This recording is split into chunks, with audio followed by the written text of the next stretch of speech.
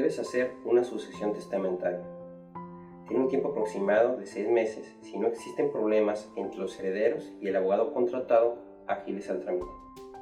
Contrata a un abogado para que inicie el trámite sucesorio ante el juez, el cual consta de 5 partes. Primero, la declaratoria de herederos y el discernimiento del cargo de albacea, el cual consta de 2 momentos. Investigación por parte del juez en el archivo de notarías y el archivo judicial de que el testamento exhibido es el último que otorgó el testador en caso de extravío, pérdida, mutilación, robo o simplemente desaparición del testamento. El trámite debe iniciarse como intestado y al momento en el que el archivo conteste que sí hay testamento, el juez mandará pedirlo y el juicio intestamentario automáticamente se convertirá en testamentario. Y una vez que obra en manos del juez el último testamento, los herederos reconocen la validez de dicho testamento, el juez reconoce la calidad de herederos a los mencionados en el testamento y diciendo el cargo de albacea a quien haya sido designado por el testador o si no lo hizo, a quien designen los herederos. Albacea será el representante del fallecido y se encargará de administrar los bienes del difunto y adjudicarlos a sus herederos. Segundo, el inventario y avalúo, mediante el cual se presenta al juez una relación de todos los bienes propiedad del difunto, así como el avalúo de los mismos.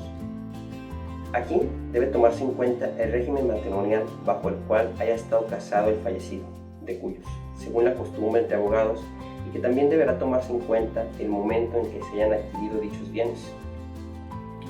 Los bienes adquiridos durante el matrimonio celebrado en sociedad conyugal corresponden por partes iguales al cada cónyuge, por lo que el cónyuge fallecido solo dejará como herencia el 50% de dichos bienes, ya que el otro 50% le pertenece a su cónyuge vivo.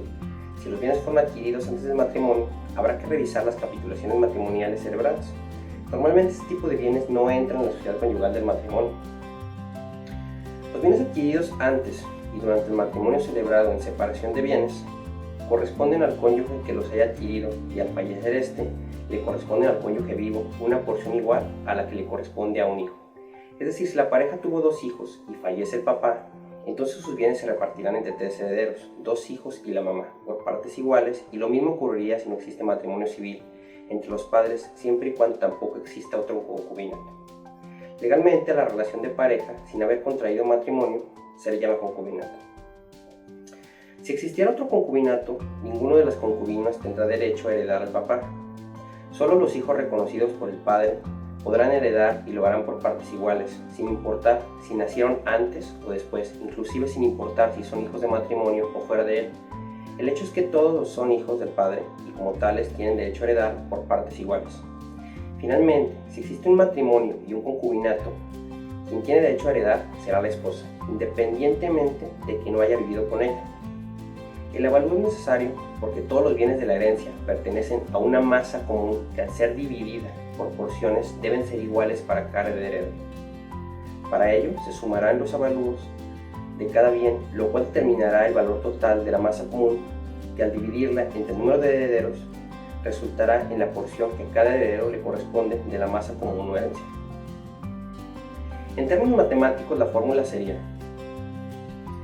H1 es igual a B1 más B2 sobre H1 más H2, donde H1 y H2 son 2 herederos diferentes y B1 y B2 son los valores del avalúo de 2 diferentes bienes. Como normalmente la herencia no puede dividirse en partes iguales, se puede optar por 2 opciones. 1. Que todos los herederos permanezcan en copropiedad de cada uno de los bienes. 2. Que cada heredero se le designe un bien y si existe diferencia de valores, pague la diferencia respecto al valor que le corresponde sobre la totalidad de la masa hereditaria. Breviario jurídico fiscal, legalmente no es un pago, es una devolución por el excedente que se está recibiendo con el objeto de igualar las porciones que cada heredero recibe, porque si habláramos del pago, hablaríamos también de venta y ello implica impuestos extras. En cambio, si hablamos de devolución, es un excedente y ya no hay venta ni por consiguiente impuestos. Aclaremos lo aludido. Supongamos que los bienes inventariados son 2. La casa de ampliación La Rosita, valuada en 1.400.000, corresponderá a María y el departamento de La Estrella, valuado en 500,000 pesos, corresponderá a Pedro.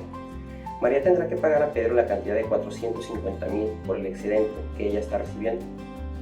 Haciendo cuentas, 1.400.000 más 500,000 pesos es igual a 1.900.000 pesos, es decir, la totalidad de la masa hereditaria suma 1.900.000 pesos. Entre los herederos, a cada uno le corresponden 950,000 pesos. Si María recibe 1,400,000 pesos, a Pedro le tendrían que dar 450,000. Lo anterior es la regla para los herederos. La excepción es que el testador haya designado bienes específicos a alguien en particular, es decir, legados, o bien que hayan designado porcentajes específicos para los herederos.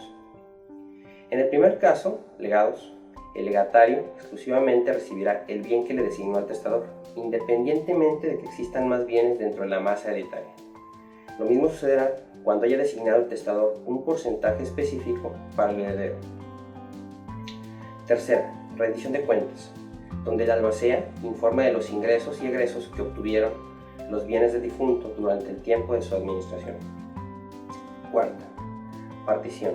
Aquí el juez determina si procede o no adjudicar los bienes a los herederos conforme al acuerdo al que hayan llegado, considerando que el testador solo hubiera dejado herederos universales a varias personas.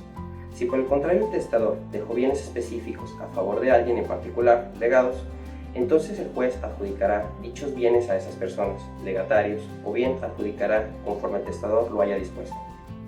Pero ojo, algunos abogados dejan terminada aquí la sucesión sin explicarles a los clientes que falta una quinta parte siguiente, que es la más importante, puesto que sin ella la propiedad sigue estando a nombre del difunto. Hasta aquí el costo depende de lo que cobre el abogado por el trámite judicial. Quinta y última, la escrituración.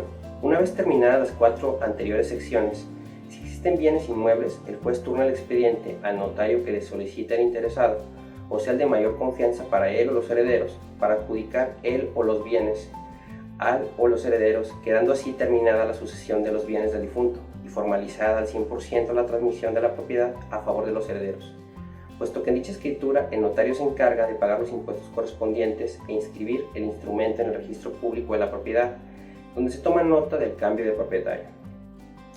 La escrituración tiene un costo aproximadamente entre un 5 y un 10% del valor del avalúo de cada inmueble.